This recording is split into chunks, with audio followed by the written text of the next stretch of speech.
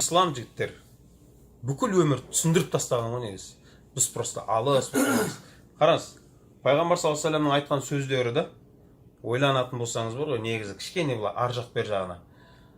Әр имам ертең қол астындағыларға жауап береді деген сөз бар да, мысалы осы мағынада. Осыны көп адамдар ойлайды, мешіттегі имамдар жауап береді деп. Бірақ негізі олай емес. Әр имам деп атқан бар ғой, әр басшы қол астындағылардан жауап береді. Оған кім жатады? Мен мысалы үшін қараңыз, мысалды алайық. Мен бір үйде балам бар, қатыным бар, бала шағам бар ма? Мен олар үшін басшымын. Еркек адам үйдің басшысы ма? Сен әйелің үшін, бала шағаң үшін қияметте жауап бересің. Енді мен кішігірім бір фирма аштым да, қолымда екі адам жұмыс істей ма? Мен сол екеуі үшін жауап беремін қияметте. Одан да үлкен бір қызметке отырдың, басшысың ба, қолыңның астындағылардан қияметте 10 адам болса да, 100 адам болса да, 1000 адам болса да, қияметте солар үшін жауап бересің.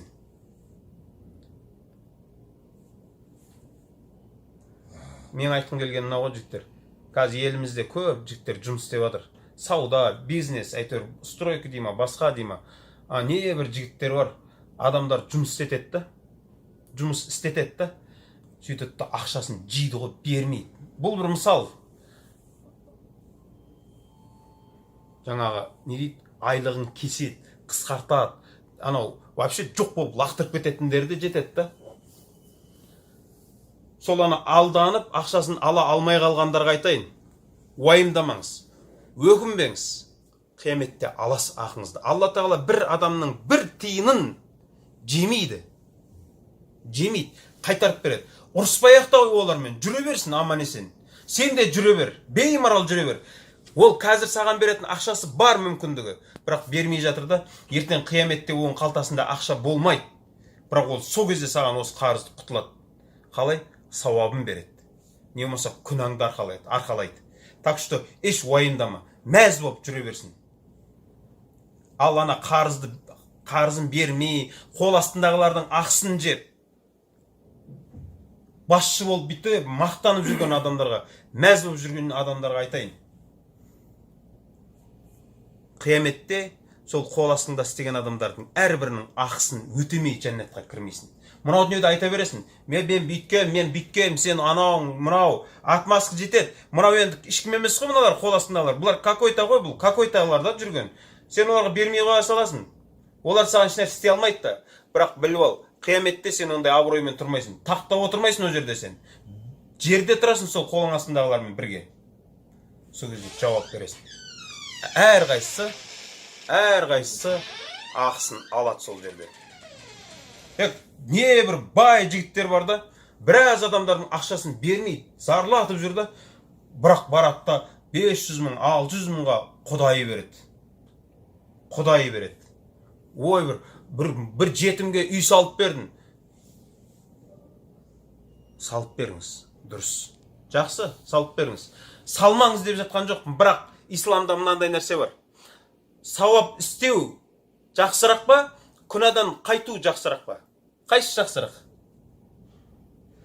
Сауап істеуден гөрі сауабырақ болады күнәдан қайту.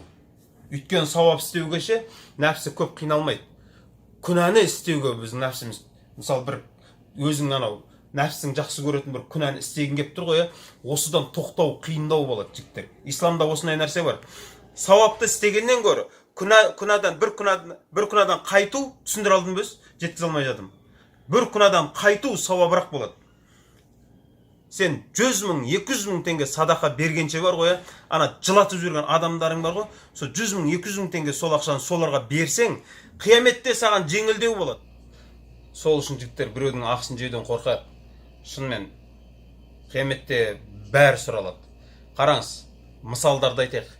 Пайғамбар саллаллаху алейхи вассалам біреу қайтыс болыпты деген кезде ше, қарызы бар ма еді деп сұрайтын болған. Бізде де айтады ғой, мына жаназаларда имамдар қарыз бар ма деп сұрайды ғой. Көтеретін кім көтереді деп. Біреу қарызын мойнына алмаса жаназа оқылмайды негізі. Біз біреудің ақысын жеп қойғанбыз. Ол сен қарыз деп ойламайсың, оны вообще жеп қойғансың сен ше. Ол жаназада да сұралмайды да ол. Мойнында кетті да тонна қарыздар ше. шын мұсылман болса ойланады адам. Қараңыз, қияметте екінші мысалын айтайын тағы. Пайғамбар салам бізге бәрін ескертіп кеткен. Қияметте мүйізсіз қошқар ше, мүйізді қошқардан ақысын алады да. Хайуаннан, Алла тағала хайуанның ақысын алып беріп жатса да, ардақты қылып жаратқан, Алла тағала өз сүйіп, жерде орынбасарым деп жаратқан адамның ақысын жейді дейсіз ба? Біреуге жегізбейді. Алла тағала ешкімнің ақысын жегізбейді. Бәрін өтеп береді. Қарасаңызшы, Пайғамбар саллаллаху алейхи вассалам Меккеден қашып шығады ғой Абу Бакр радиаллаху анху екеуі. Сонда Али радиаллаху анху орнында қалады. Не деп айтады? Али, ана үйінде тұрған заттар, мүшриктер Пайғамбар саллаллаху алейхи вассаламға заттарын сені тапсырып кететін болған. Дүниелерінде. Али, ана мүшриктердің заттарын, аманаттарды әрқайсысын өзіне түгелімен бер дейді да.